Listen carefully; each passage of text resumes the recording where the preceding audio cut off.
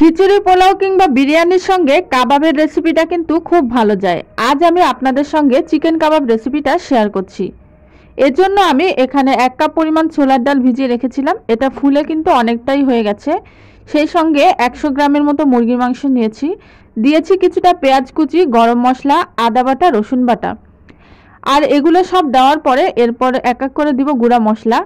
এখানে দিলাম কিছুটা মরিচের গুঁড়া, হলুদের গুঁড়া, স্বাদ মতো লবণ। লবণটা একটু হাতে রেখে দিতে হবে। তারপর দিয়ে দেবো এর ভেতরে ধনিয়ার গুঁড়া, কিছুটা জিরার গুঁড়া, আর অবশ্যই দিতে হবে কাবাব মশলা।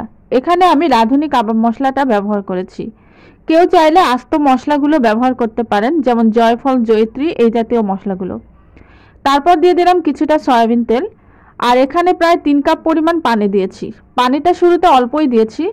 প্রথমেই যদি বেশি পানি দিয়ে দেন সেক্ষেত্রে ডালটা বেশি নরম হয়ে যাবে, তখন কাবাবগুলো ভালোভাবে তৈরি করা যাবে না, ভাজার সময় ভেঙে ভেঙে যেতে পারে।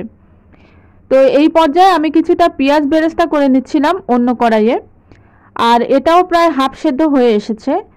একটু নেড়ে চেড়ে দেখছিলাম, যদি দেখি অনেকটাই শক্ত আছে সেক্ষেত্রে চুলার আঁচটা একটু কমিয়ে দিতে হবে। আর যদি দেখি যে সেদ্ধ হয়ে গেছে তখন আমি চুলার আঁচটা বাড়িয়ে পানিটা শুকিয়ে নিব। এই পর্যায়ে ডালটা আমার ভালোভাবে সেদ্ধ হয়ে গেছে।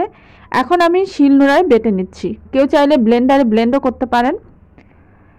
তো এই কড়াইয়ের ভেতরেই আমি এখন এই সব উপকরণগুলো মিশিয়ে নিচ্ছি। কুচি করে রাখা ধনিয়া পাতা, পুদিনা পাতা এবং কাঁচামরিচ দিয়েছি।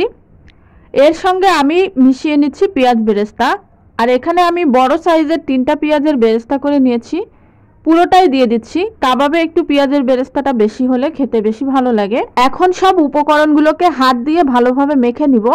মাখাটা যত ভালো হবে কাবাবটা ততই বেশি মজা হবে, এবং কাবাবটা যখন আমি শেপ তৈরি করব ওটাও বেশ ভালো হবে। এখন বাটিতে একটা ডিম নিয়ে নিচ্ছি। আর শুরুতে আমি ডিমের পুরোটা দিব না, সাদা অংশটা আগে দিয়ে এটা মেখে দেখব। যদি মনে হয় যে একটু শক্ত আছে সেক্ষেত্রে পুরো ডিমটা দিয়ে দিব। তো অল্প কিছুটা ডিম দিয়ে আগে এটাকে মেখে নিচ্ছি। আর কাবাব বানাতে গেলে ডিম অবশ্যই দিতে হবে, ডিম ছাড়া কিন্তু কাবাব বানানো যাবে না। এটা খুব ভালোভাবে মেখে নিচ্ছি। চেষ্টা করতে হবে ডিমের কুসুমটা না দেওয়ার জন্য। আমি কিন্তু পুরোটাই দিয়েছিলাম।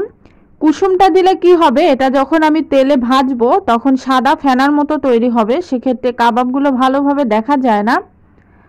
এবার সব মাখা শেষে আমি একটু হাতে তেল মেখে নিলাম। এরপর গোল গোল করে আমি এটা শেপ তৈরি করে নিচ্ছি, কাবাবগুলো সাধারণত যেরকম হয়। সবগুলো বানিয়ে আমি একটা প্লেটে উঠিয়ে নিচ্ছি। কাবাবে যদি কাঁচা পেঁয়াজ ব্যবহার করেন সেক্ষেত্রে কিন্তু 1 সপ্তাহের মধ্যে ভেজে খেয়ে ফেলতে হবে। আর যদি পেঁয়াজ বেরেস্তা ব্যবহার করেন সেক্ষেত্রে 1 থেকে 2 মাস পর্যন্ত রেখে খেতে পারবেন। আর এখানে প্লেটে রেখে সবগুলো বানানো শেষ হলে আমি এগুলোকে ডিপ ফ্রিজে 1 ঘন্টার জন্য রেখে দিব শক্ত হওয়ার জন্য। আর এই যে এখানে আমি এইগুলো থেকে প্রায় 25 থেকে 26টার মতো কাবাব বানিয়েছিলাম। 1 ঘন্টা পরে সবগুলো শক্ত হয়ে গেছে। এখন আমি এক বাটিতে তুলে নিচ্ছি। সমপরিমাণে বাটিতে তুলে এভাবে ফ্রিজে রেখে দিব, যখন ইচ্ছা হবে ভেজে খেয়ে নিতে পারবো। আর অল্প কিছুটা এখন আমি আপনাদেরকে ভেজে দেখাচ্ছি যে কেমন হলো। তেলটা গরম হলে, ভালোভাবে গরম হলে তারপরেই কাবাব দিতে হবে, তা না হলে কিন্তু এগুলো ভেঙে যাবে। আর কাবাব জিনিসটা যখন ফ্রিজ থেকে বের করবেন সঙ্গে সঙ্গে এই গরম তেলের ভিতর দিবেন। কিছুক্ষণ বাইরে রেখে দিলে কিন্তু এটা নরম হয়ে যাবে, তখন কড়াইয়ের সঙ্গে লেগে যাবে।